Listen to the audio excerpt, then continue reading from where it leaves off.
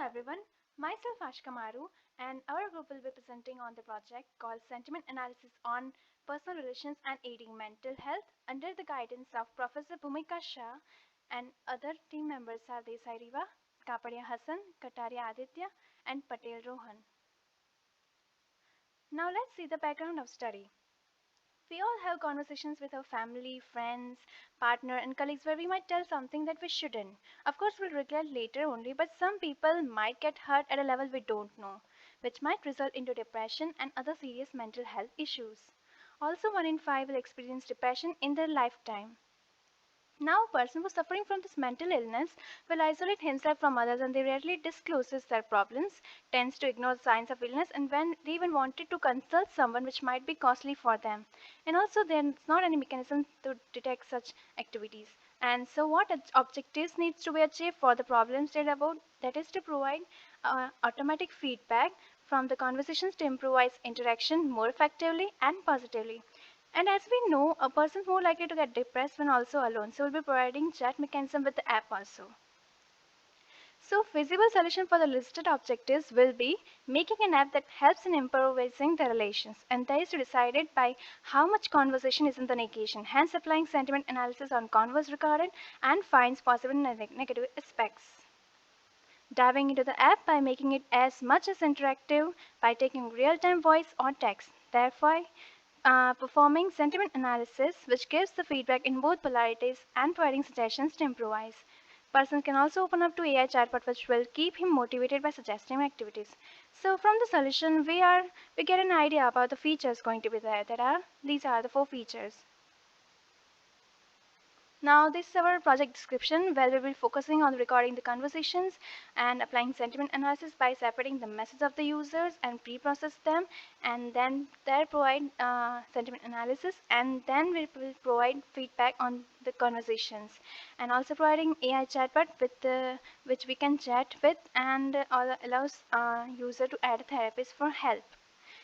These are our 5 modules. Now let's see first module, that is voice conversation module, in-person conversation. We'll start the app, record the voice, we'll start the conversation, it will recognize our voice and separate it and then convert it into text, and then we'll perform sentiment analysis. Second module will be voice conversation on call conversation. That will be we will be recording call and send the conversation. It will recognize our voice, separate voice, and will convert the audio text, and then we'll perform sentiment analysis. Now let's see speech diarization. The diarization task is a necessary pre-processing step for speaker identification or speech transcription when there is more than one speaker in audio-video recording. For each speaker in a recording, it consists of detecting the time areas where he or she speaks.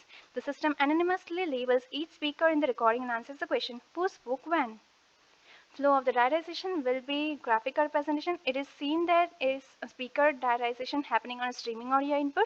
Different colors in the bottom axis indicate different speakers. Here audio input is taken, speech is detected. Is there any speech in the file? The change detection helps to identify the change in the speakers in the file. These audio segments are also formed from this analysis. These segments are clustered and the process is iterated multiple times in order to realign the speakers to their segments. The result is group of models that are trained with as much as data possible of one prominent speaker and as little as data possible of other speakers. Merging of segments is done on the result obtained from previous step, and we get the diarized output of the audio file. Let's see Sitekit for diarization as 4D. Sitekit for diarization is an open source package for speaker and language recognition. The aim of this is to provide an educational and efficient toolkit for speaker recognition. Major goal of this is to automatically segment an audio recording into speaker homogeneous regions. As you see in the output image, it shows that there are 2 speakers in a given audio file of 1.5 minutes duration. 2 speakers are labeled as S0 and S12. The segments will be converted into textual transcript with the help of speech-to-text conversion. Speech-to-text conversion in the system, we are using speech recognition library of Python that is used for conversion. This library uses the Google API for the conversion, which has quite decent accuracy. The recognized Google function is based on the Google API, which converts audio to textual string. This is the demo that how a particular audio segment file is converted into the text form.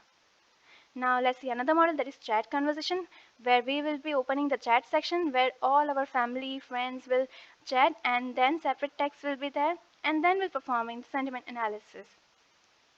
This model has been used for knowing the feedback of the conversation with other users, right? Who will be registering on our app and will be creating group and will be sharing the link to their family, and then the chat will be recorded and will separate the text, and thus will provide the feedbacks by performing analysis and suggest if some negative feedback found. Now, sentiment analysis module. The main crux of our projects is this SVM. The purpose of SVM is to classify the given text into positive or negative. So the entire process can be summed up as loading dataset, pre-processing dataset, training and testing model using the model for prediction. Now, for any ML algorithm, internally the input is always in numerical format.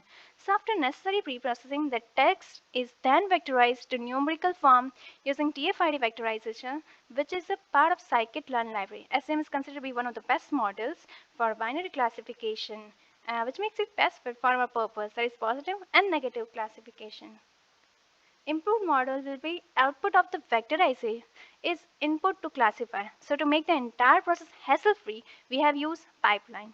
Also the n-gram range parameter of vectorizer, which considers both unigrams as well as bigrams, thus making it suitable to classify negative sentences, such as making it useful, that is, don't worry, more efficiently. Currently the accuracy score is around 85%, which may change further as dataset would be updated.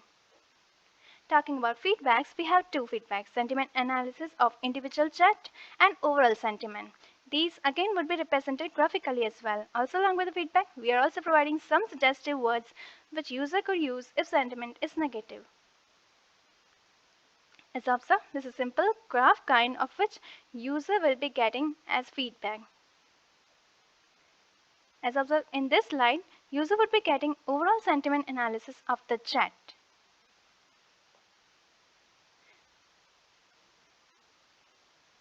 And in this slide, as you can see, user would be getting some suggestion in form of words which she can use. This would be the case only if sentiment is found to be negative.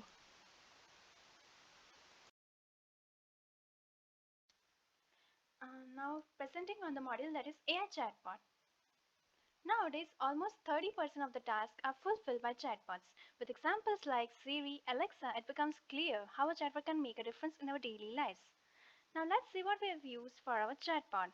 Rasa is an open source machine learning framework for building AI assistants and chatbots. It is used for automated text and voice-based conversations. It is also used worldwide to make contextual assistance. Now let me explain what we have used for our files, that is project structure of Rasa. Firstly, let's see chatbot intents. For an assistant to recognize what a user is saying, no matter how the user phrases their message, we need to provide example messages the assistant can learn from. We group these examples according to the idea or the goal the message is expressing, which is also called intent. And so the intents in the examples are used as training data for the assistant's NLU model, like in the example shown, different sentences having the same goal.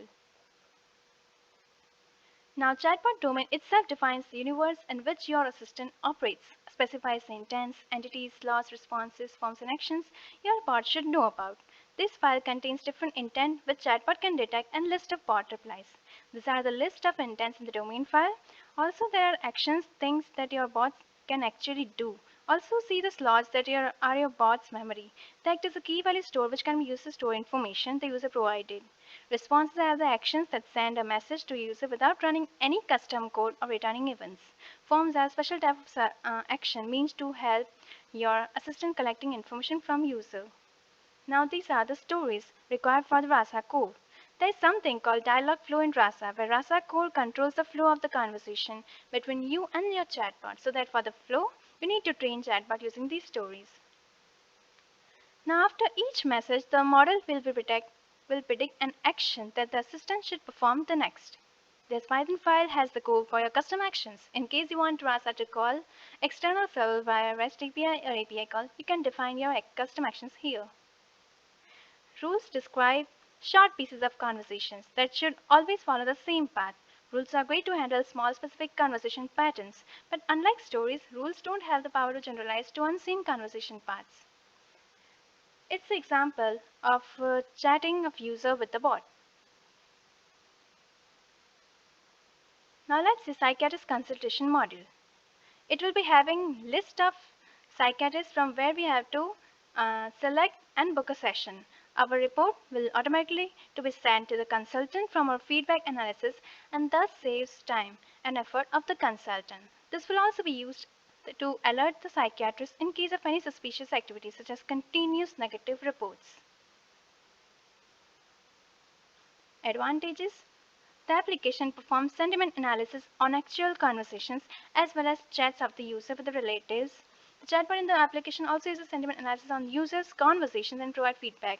Also provides for suggestive feedback and also provides a model to alert or contact psychiatrists when there is a need of attention from the professional.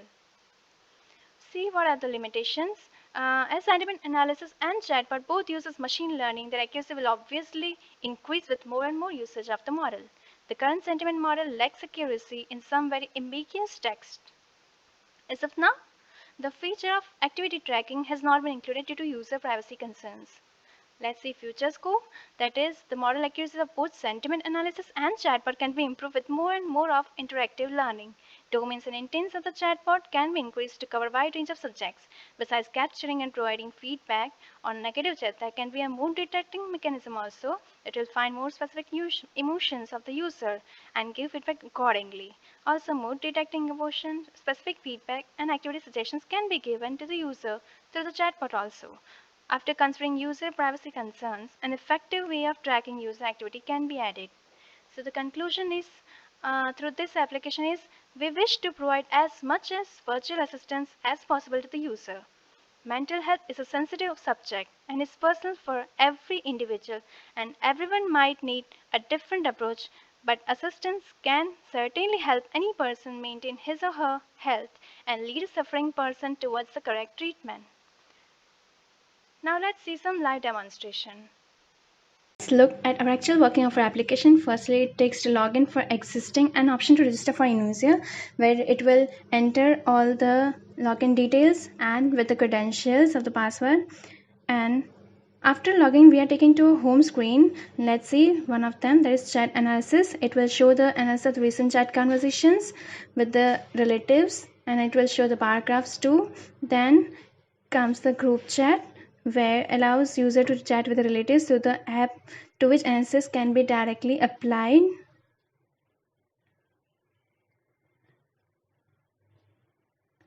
Then comes the call analysis module to apply analysis of spoken conversations. Hello, Hassan. Hello Aditya. How are you? Actually, I am worried right now. What is bothering you? Then comes the paragraph of the overall sentiment. Now it's time to meet Happy Bird. Happy Bird is our very own chatbot based on Rasa.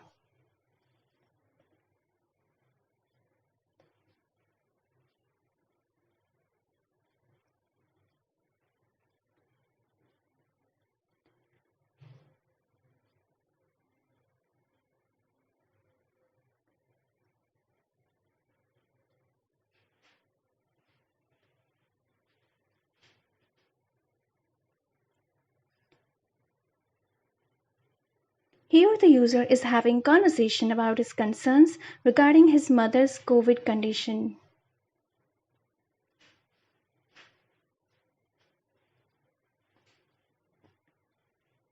HappyBot tries to understand users' worries and replies accordingly.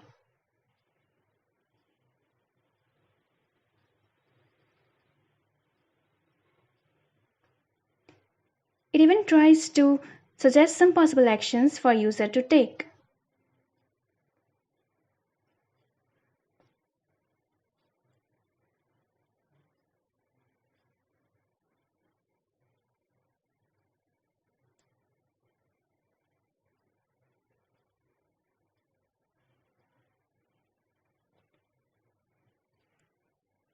It also suggests some possible ways to deal with the depression.